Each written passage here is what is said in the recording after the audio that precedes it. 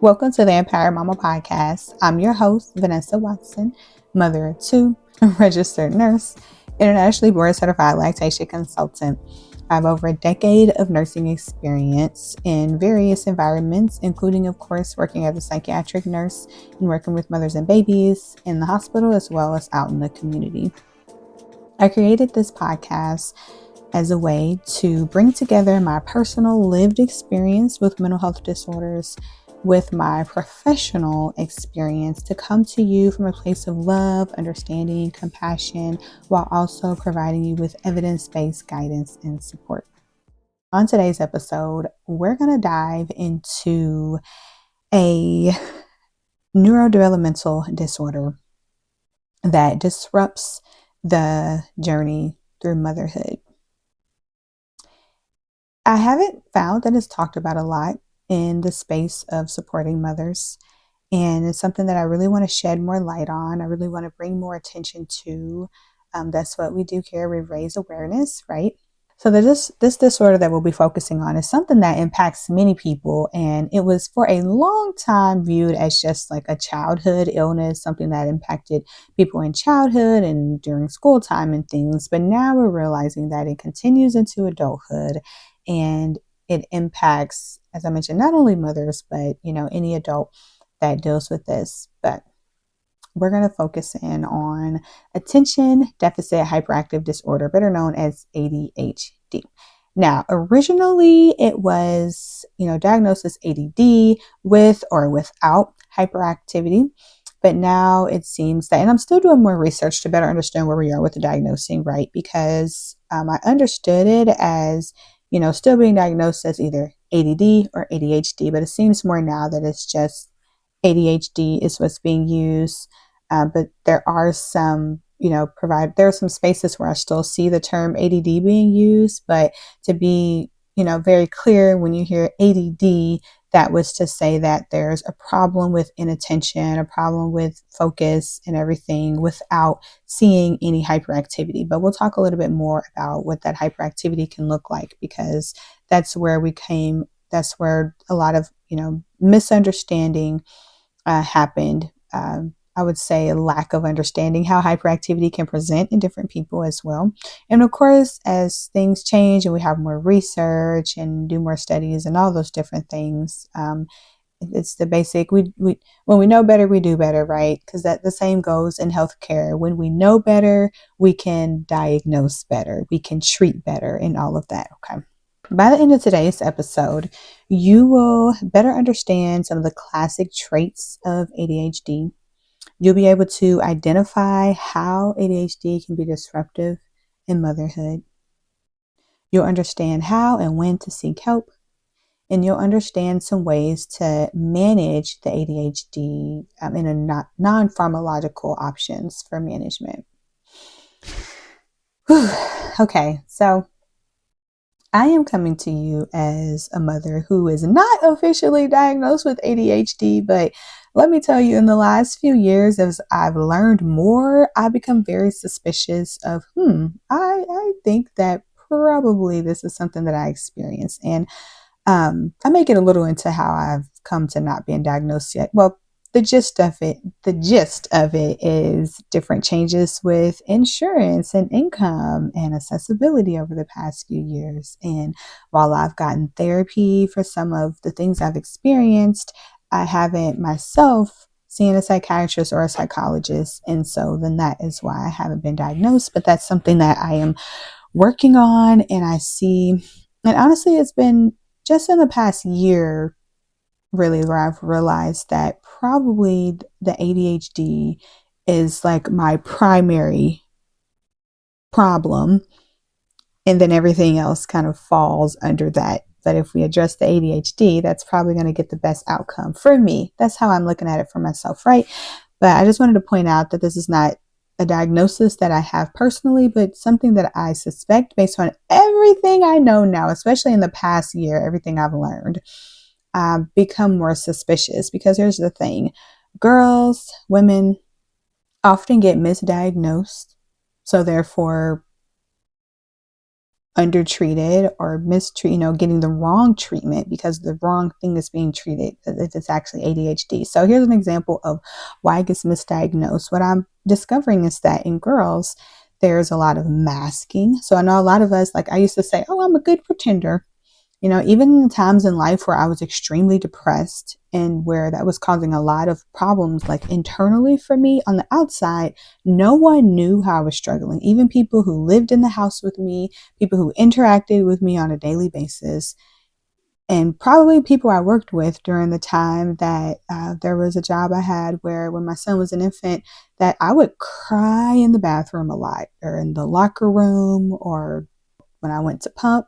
So in the lactation room, while I was pumping, I was crying and ruminating on all these thoughts about life. And so anyways, my point is I know masking well. Yeah, I've done it myself. But that's the issue when it comes to, girls and women. There's a lot of masking because like we figure out we're really good at figuring out like socially what everybody expects of us. So then we can kind of pretend like that's who we are. So we kind of hide in plain sight, like maybe we don't actually think or act the way that a lot of the other people do that we're around. But most of the time we're really good at masking so people don't find us out. So we don't get outed as being quote unquote different. Okay. Attention deficit hyperactive disorder. So it's usually characterized by inattention. So this is difficulty focusing, difficulty completing tasks, hyperactivity, which most people recognize as, being fidgety and kind of bouncing around, can't sit still, seeming restless. And people often, or when you think of this or when you see it, it's oftentimes like in little boys that are literally bouncing off the walls, jumping off of things, climbing on things, and all those things. Now, I do want to be very clear that there are points developmentally in childhood where some of these behaviors are, normal. They're developmentally normal, but there's a degree of which it's not developmentally normal and becomes disruptive to the development of the child and how they interact with the world around them and how they're able to complete, different tasks and things. And again, of course, if it carries on untreated into adulthood, then that's where we see problems with work life and families, relationships, and all those things. So the hyperactivity, that's one thing that is can show up very different between boys and girls, and women and men in adult life. So in girls, you may not see so much of that external hyperactivity. It may be more of an internal experience. And y'all, my mind was blown really when I was learning this. Again, this is something I realized in the past year as I've been researching more about ADHD. I never viewed it because I was one of those people too that when you hear hyperactivity, you think of the person that like can't sit still and it's like inappropriately like, grabbing, doing things to other people that they're, that impulsiveness too. But the hyperactivity can also look like, anxious, worried thoughts. You're constantly worried about things or being very talkative. Yeah. I laughed at that one because I've always been super, super talkative. And I remember as a kid, my mom used to tell me, you just like to hear the sound of your own voice. But I'm known for being talkative. I'm known for, there's some spaces where I want to be quiet and kind of observe and check out the scene before I start talking. But once I get comfortable, I don't stop talking. The talking just keeps going. Hence why I created a podcast, because I do actually really enjoy talking. But y'all, the hyperactivity can show up as excessive talkativeness, extremely talkative, extra talkativeness, anxious thoughts. So we talked about hyperactivity, inattention, poor executive functioning. So executive functioning, and I want to make sure I gave you the right definition for that. So executive function refers to mental processes that help you set and carry out goals. You use these skills to solve problems, make plans, and manage emotions.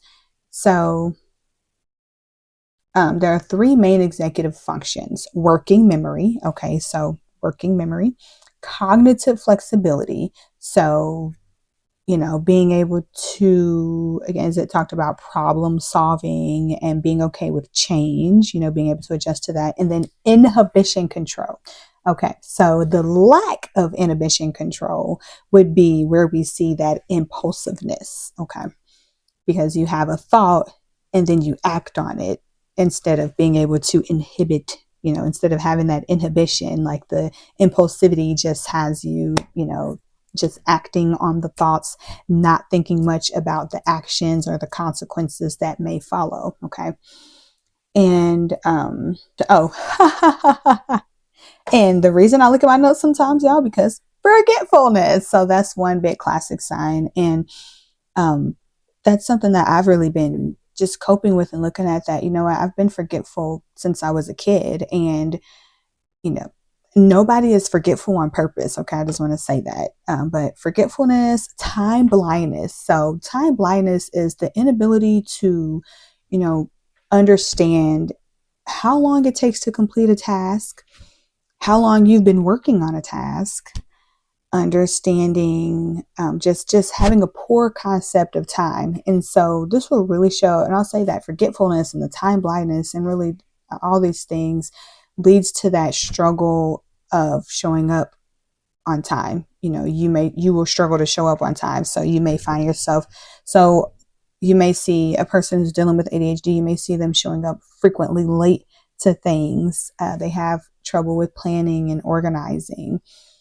Their homes or their bedrooms may look like a little chaotic mess.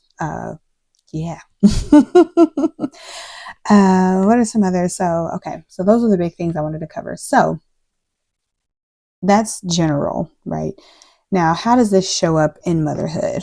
I'm going to be reading a little bit from the Maternal Mental Health Alliance, not to be confused with the Maternal Mental Health Leadership Alliance. I've gotten some resources from them as well, but this is the Maternal Mental Health Alliance, and it'll be linked in the show notes. There's an article from this website titled ADHD and Perinatal Mental Health, Breaking the Silence for Neurodivergent Mothers. And yes, if you didn't know, people with ADHD are considered to be neurodivergent. Okay. And there is, I'm not going to get into this a lot now, but there is some overlap in some of the symptoms, the traits that you see in ADHD and autism spectrum. And there are a lot of people who have both. So they'll be anywhere on the autism spectrum and also have ADHD. So having both of those neurodivergent experiences. So why ADHD makes motherhood harder? So the transition to motherhood requires organization, flexibility, and emotional regulation. Yes, skills that ADHD can make significantly harder to manage. Many ADHD mothers describe feeling like they're constantly failing at something everyone else seems to do effortlessly. So how many of y'all can relate to that? Please let me know, because I've experienced that myself, going through motherhood thinking, I look at things that some other mothers are doing and I'm like, man, how do they just do that? I mean, that's the whole thought. Like, how do they just decorate for parties and then bake cookies and a meal and how do they just do that? Now, I want to be clear that sometimes we're looking on the outside and on the inside, there's anarchy and chaos in the household, but we just don't know or don't see it. But for some people, they really are, able to just go through the task and it's not a big deal. But for mothers dealing with ADHD, there's more of an overwhelm. It feels like it takes a lot more work, because it does, because the way the brain functions, because it's a neurodevelopmental problem, the ADHD. So back to this article, she says, everyone else seems to do these things effortlessly. Okay, so the problem is executive dysfunction. Okay, so we define executive function as, being able to have some cognitive flexibility, inhibition control. But when you have executive dysfunction, this makes it difficult to manage feeding schedules. Okay, very important for babies, right? Medical appointments and household tasks. So let's lean on these for a little bit. So as I mentioned, the time blindness, that's something that may have you showing up late to appointments, showing up late to, if you chronically drop your kid off late at school, if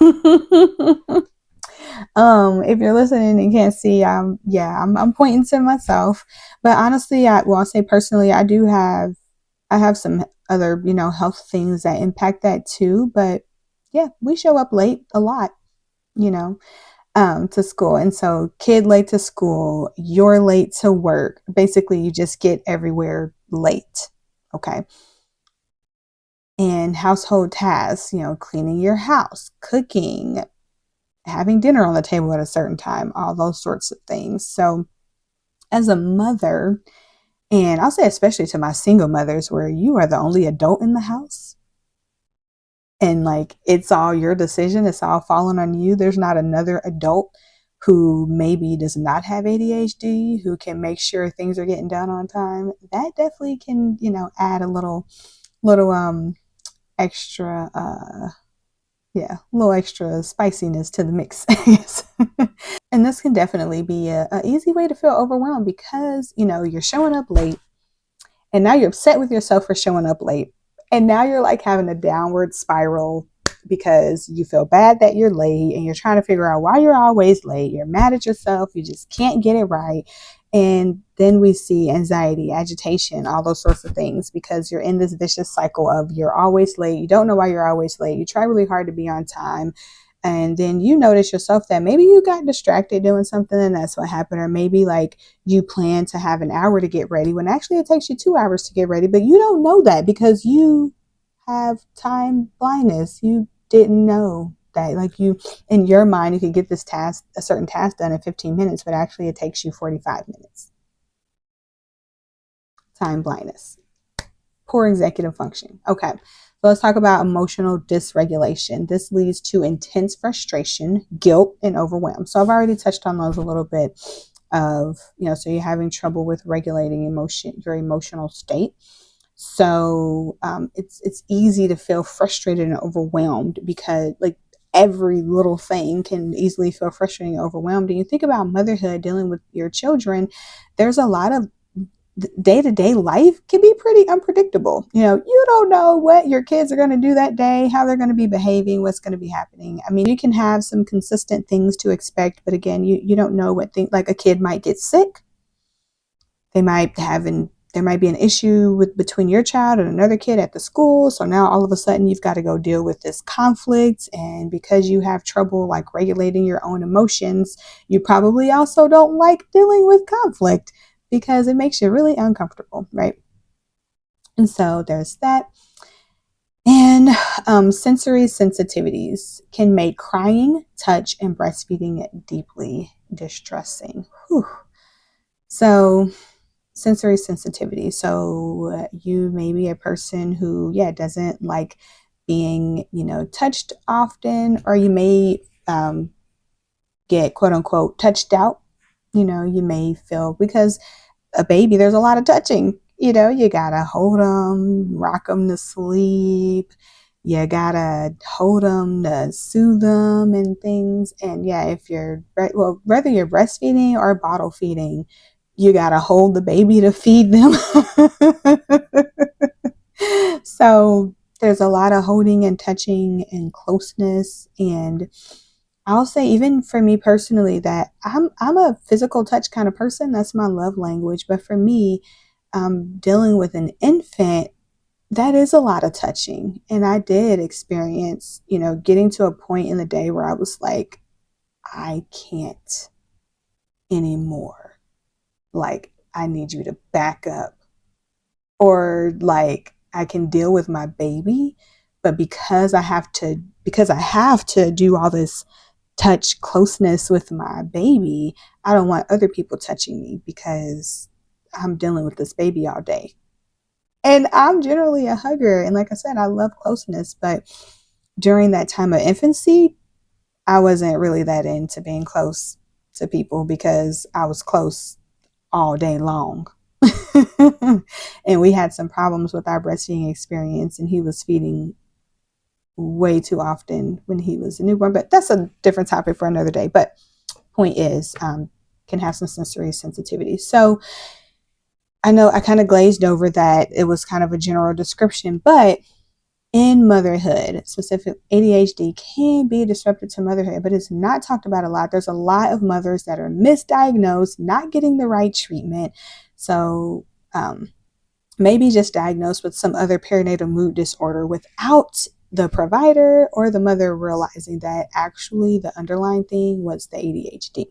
So while you may have actually been depressed, like the risk factor would have been not just the pregnancy and having a newborn baby and being sleep deprived and things like a big risk factor would have been that you already had ADHD that you've had since you were a child and nobody ever noticed. Like, but in motherhood, the traits of ADHD get hyper exposed. Like you can kind of hide in adolescence, but as a mother, because there's all these things that you become responsible for, again, schedules, feeding the child, managing a household, managing a budget, taking care of finances, making decisions for your children, for their daily lives. Because suddenly you're responsible for all these things, you can't hide anymore.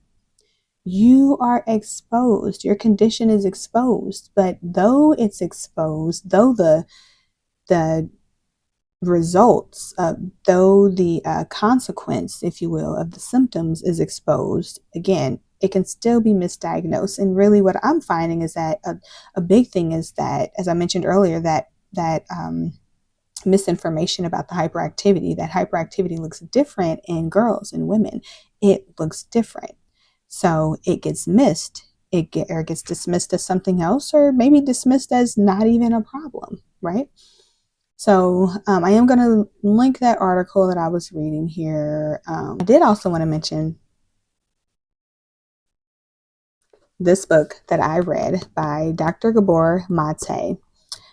Honestly, I wish I had found a book written by a mother or a lady, but this is a book that I already read. But I am going to look for some other things. But this is called Scattered Minds. So yeah, Scattered Minds, The Origins and Healing of Attention Deficit Disorder. So I read this almost a year ago, maybe about April in 25. And so this book, before reading this book, as I mentioned, for the past few years, I've been on a journey of like better understanding ADHD. And I came across this book listening to Mel Robbins' podcast. I love me some Mel Robbins, y'all. So I am a dedicated podcast listener, and then that's how I got to deciding I'm gonna start me a podcast, right? That's how we got here. But Mel Robbins had Gabor Mate on, I believe, 2 episodes of her podcast, The Mel Robbins Show, and that's how I ended up deciding I'm gonna get this book. And so in here, it was really mind-boggling. Just whoa.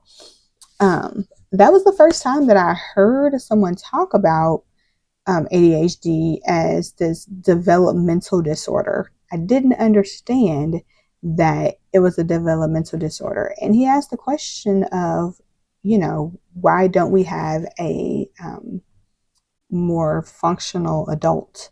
Instead of asking like, oh, why are you always forgetful? Or why are you always doing this wrong or that? Like, well, why do we not have an adult who is, more functional? You know, and so highly recommend this book. I'll link it will be an Amazon affiliate link, but I'll have my link to the book in the show notes. I don't believe you can get this at any library. So I'll say in Kansas City, I didn't find it in the library. So I bought it on Amazon. If you like audiobooks, I'm sure there's an audio version available, but I will put that link down in the show notes. When should you seek help? Of course, if you are struggling, like let's say if you are really, really struggling, you've tried, like you notice that you are having, trouble, like even if your struggle is just getting places on time. If you notice that you struggle with that, and even if you're not anxious and about it, which I mean, let's be real, if that's something you struggle with, you probably are anxious and worried about it, and you probably do have times where you get agitated about it. But you can talk to your primary provider, or if you're already established with a psychiatrist, because hey, as I mentioned, maybe you got misdiagnosed with some other disorder. If you're already seeing a psychiatrist, you can mention that, hey, I think maybe it might be ADHD. Can I get screened for that? Or you can start with your primary. You can look for a psychiatrist on psychologytoday.com, or get some referrals from your local community. or wherever you see your primary, again, even if you don't go to your primary about it, wherever you're, for example, whatever clinic, or if there's a hospital, whatever facility you see your provider in, you can see if they also have psychiatrists in-house, so you can look there. That'd be a great way to look as well. And so treatment, and another thing that's very misunderstood, a lot of people think that like taking medication is the only way to treat ADHD. So that is one way. And for some people, let's be clear, it is okay to take medications for ADHD.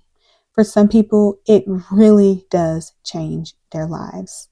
It really does help with, because it takes away that it helps with the poor executive function, like and it helps with the inattention, because now they're able to focus on a task. Like they're able to now, so in ADHD, you can experience the hyper focus, which the hyper focus would be, you are like zoned. Have you ever had times where you're just like zoned in, and like there can be anything happening around you? You're like, I got to get this done. I got to get this done. I'm going to get this done. Like this is it. I'm doing this right now. Nothing else matters. Right. Like you're able to tune out, like you're not actively trying to necessarily, but like there could be like a fire going on behind you, and you're like so focused on this task, you have no clue what's happening around you, right? So that's hyper focus. And as I mentioned, that can be disruptive, but also get to dangerous levels if you're not paying attention to the environment around you, because you're so locked in on this one task. So, but medication management can help you have quote unquote regular focus, where you're able to be into the task, get it done, but also, not be so locked in that you forget to eat, or that you decide, I'm tired, but I'm not going to go to sleep because I really want to get this done. That's those kinds of behaviors are what medication management can help with. And just like any other medication, of course, you don't have to be on it for life if you don't want to, right? You can try it, see if it works. If it doesn't, you stop it with the help of your psychiatrist or whoever is managing your medication. Okay, you don't ever just stop the meds. Please don't ever just stop. Please have support in how you're managing ADHD and any psychiatric meds. So there is option for medications. There's medications that are like longer acting that help you like throughout the whole day. There's medications that are short acting that it helps for like a few hours, and you have to take it multiple times in the day. Or there's different ways of going about the medication management depending on the symptoms that you display, and what you're comfortable taking, where you want to start, your age, and what's happened, your responsibilities in life. And in addition to that, just like again with anything else, therapy. There are therapists who specialize in working with people who have ADHD. So you can start medications and you can go to therapy, or if you feel like you really, really don't want to mess with the medications, I understand. But if you just really don't want to do that, then of course you can go straight. You can get your diagnosis from the psychiatrist, and then you can tell the psychiatrist that you don't want medications. You just want to go to therapy for ADHD and see if that helps. So there's different types of therapies. And honestly, I don't know. I'm just realizing as I'm talking, I don't know what specific type of therapy people who specialize with ADHD, what type they usually do, because there's behavioral therapy, there's EMDR, which I'll say the EMDR is mostly what I've seen is mostly when people are trying to heal from a trauma and things like that, which Gabor Mate, he talks about, how trauma and, that mothers experience during pregnancy, what that can do to the mother and then the baby, because we know, if you don't know, I'm going to tell you everything that the mother experiences during pregnancy, the baby is impacted in some way in their development. Okay. But he talks about experiencing, Gabor Mate, he was, I don't remember how old, I feel like at the time of this, maybe he's in his 80s or something, but he talks about growing up. He's Jewish, and he talks about the experience with, during the Holocaust. His mother was a Holocaust survivor, but while he was a small child, while everything was going on, and sorry if I said that wrong. I'm thinking about that. Like, I don't remember all of his direct experience, but I remember from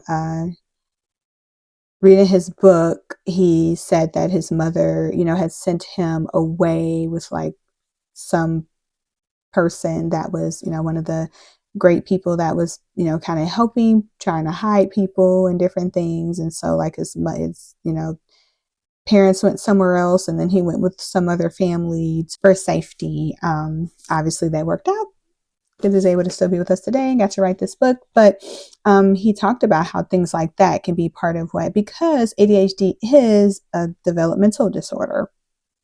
And honestly, I still feel kind of weird saying that because I don't know. It's just when we think about developmental disorders or developmental delays, it's like we had this certain picture of what it looks like for someone to have a developmental disorder that like they're not going to seem very intelligent. They can't live independent lives.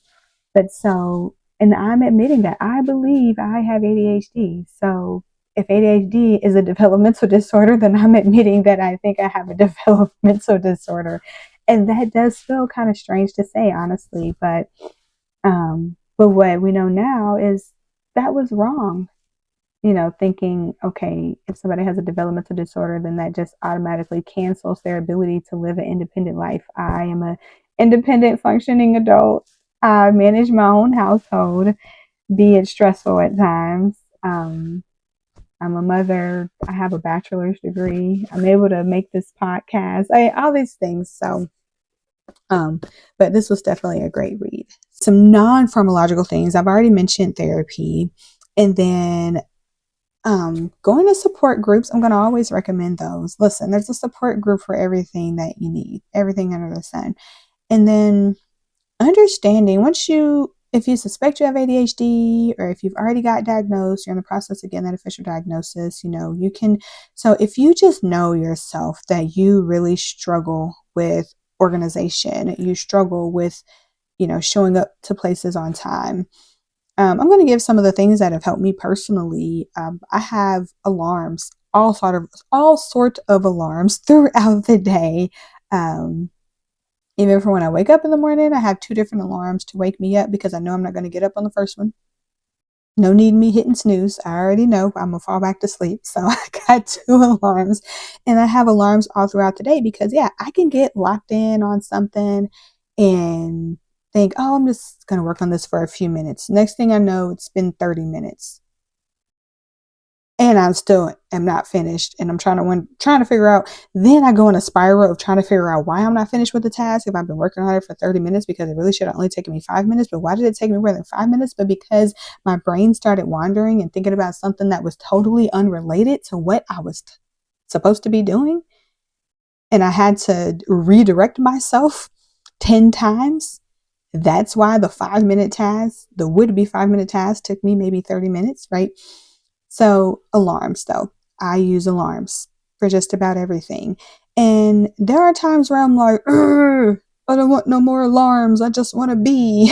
But I know I need the alarms. Like, I am a single mother of 2. Like, I have to stay on task, on track.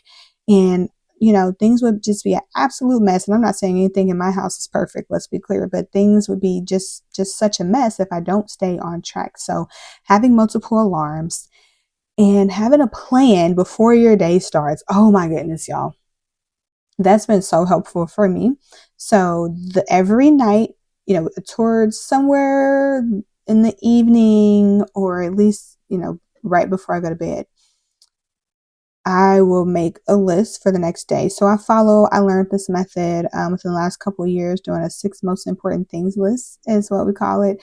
So instead of having this like lengthy 10 to 20 items that you realistically cannot get done in one day, just writing down 6 things that need to get done for the day. And really, it's super rewarding because when I can look at my list and be like, oh, snap, I actually got all that stuff done. Now, sometimes there's things that come up that I forgot about. And I realized, oh, I didn't put that on my list, but actually I do really need to do that. So I do change and I do write down for myself that I did do this. So then I can look at my sheet and I still know that, okay, maybe I got 4 things done on this list. And then there were 2 other things that actually were like time sensitive and I really needed to get done today that I forgot about when I was making my list, but I got those done, right? And then I also do a brain dump at the start of every month. So the first of every month, I sit down and look at every like big task that need to be done for the month. For example, if there's certain appointments I need to schedule for me and my kids, if there are like right now we're in tax season, I need to get my paperwork and things done to get off to my accountant to get my taxes done. And when my daughter was getting her permit and stuff, like making sure she was studying and planning a time for to take her to the test and all those things, test, and just anything. So yeah, just any of those big things I need to get done, or like I need to go donate these 4 bags of clothes that have been sitting in my dining room. That's on the list. And so things like that. So making a brain dump and then going from the brain dump and then saying, okay, when am I going to do all these things? And then again, that drives like how I make that 6 most important things list that I talked about. So I do the brain dump and then I go to that each day. What items on here need to go on my 6 most important things list for the day. Okay. And I use remind. Now I'll say this sounds like a lot. And there was a time where someone told me, "Oh, you got like too many different things going on." And I tried to I eliminated a couple things, but then also I realized, no, actually, because my brain again, and this is something I want to say that's really important. If you do have ADHD, you suspect you have ADHD. This is a neurodivergent type of brain if you have ADHD. So neurotypical advice does not work for you because your brain does not work that way.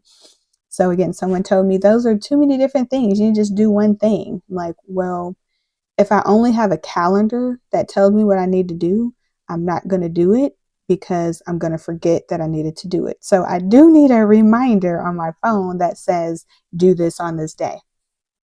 I may need a couple of reminders. You know, I may need it on the calendar on my fridge, on the calendar on my phone, and a reminder in my phone. And that may sound like a lot of things, but I need a lot of support to not forget. Because I'm telling y'all, there's been times where I had multiple reminders for something and I still forgot to do it because the reminder went off and I said, oh, okay, cool. And I kept doing whatever I was doing instead of so anyways, you need a system was my point. Brain dump, 6 most important things list, set reminders, and tell a friend or something. And I always tell people my parents, my besties, my boyfriend, my people, I always tell them because sometimes people, they don't know or they may feel like they don't want to feel like they're bugging you or something but I do tell people, hey, it's okay to remind me. Or I'll actually ask, for example, hey mama, I really need to take my car to get looked at. I'm planning to go on this day. Can you help me remember? Can you like Friday, can you just ask me if I took my car to the shop this week? I'll do things like that. So phone a friend, whatever, whoever, if there's somebody in your life that you think you could depend on to kind of help you remember things. And I say this is especially important for people that are single. You're not in a romantic relationship. Well, not, let me rephrase that. You are the only adult in your household. If that is you, for whatever reason, whatever that looks like, if you're the only adult in your household, I say it's even more important that you have people that you can lean on, you can connect with and say, hey, can you please help me remember this? Or, hey, on and give them a specific task. Like I said, you can say on Friday, can you call or text me and ask me if I got this done? Something like that. And just know that you're not alone and you're not crazy. I'm sorry. That was kind of loud. Sorry, but you're not, I was just excited to say you're not crazy. And I do want to tell y'all, when I was preparing for this episode, I was really almost in tears because as I said, I've suspected that I have ADHD, but when I was reading this article specifically about motherhood and ADHD, I was I had to stop and go for a walk. And I was like, what? I just, even though I already suspect that it's something I deal with, but when I read about information speaking specifically about ADHD and motherhood, I was like, yes, yes, yes, all of this. All of this. I super connect with this, okay? And so if you heard anything here today, that I hope you heard something that was helpful. And I hope that I put everything together in an order that made sense to you because, as I said, on this episode about ADHD, I'm being honest that I believe I have ADHD and I've been working to manage that. And like one thing that I had to learn was how to not talk in circles, how to organize things in a way that made sense to other people, not just in my brain. But if you heard anything helpful here today, anything at all, even just one thing, like please let me know in a review in the comments, and please share this episode with somebody who you think it might be helpful for. You know, if you have somebody in your life, you can kindly, in a very kind, loving way, say, "Hey girl, I was listening to this podcast about ADHD and motherhood, and I know you've told me that you were having a hard time, being late and that was really frustrating for you, or that, you love your kids, but you find yourself often like feeling overwhelmed and easily agitated with them. And, like yell, and you said yourself that you want to work on, not yelling and being less agitated. So I think maybe you should listen to this. Like, I wonder if you have ADHD. Have you ever wondered that? I mean, something like that. But again, in the most loving, and when you present any episode, when you present anything, not just my podcast episodes, okay, when you present any information to people because you genuinely care about them, to help them know that you genuinely care and you're not being judgmental, it's because you just really want to share because you really care and you want to see them do well in life. You can say something, just remind them of things that they've complained to you about. I mean, that's one great way. Like I said, you can say, "Hey girl, I know you said this is something that you've been really struggling with, X, Y, and Z. And I think this podcast episode might be helpful. I heard things in here that I think would be helpful for you." So that's something, so that's something you can do. So, as you know, as I've mentioned before, I love to get into the Bible. I'm a Christian woman. And if you're not, honey, that's all right. I love you and I still want you here. Okay. Make no mistakes. I'm happy you're here. So, if you like reading the Bible like me, though, this week we're going to be doing a plan called, I didn't write it down, so it's going to be in the show notes for sure, but as I'm recording, I don't remember, it's Calm in the Chaos or something like that, but I might have the name wrong, but it's about, being calm in the chaos, I know is what it was about. It's a 5-day plan. So, yes, it is motherhood related, and that's going to be down in the show notes. So if you want to join me, we're going to start that Friday, March 6th. Thank you for listening. I appreciate you tuning in. And please share with someone you know who this may be helpful for, as that's how we get to have the greatest impact with the greatest number of mothers. Peace and love, y'all.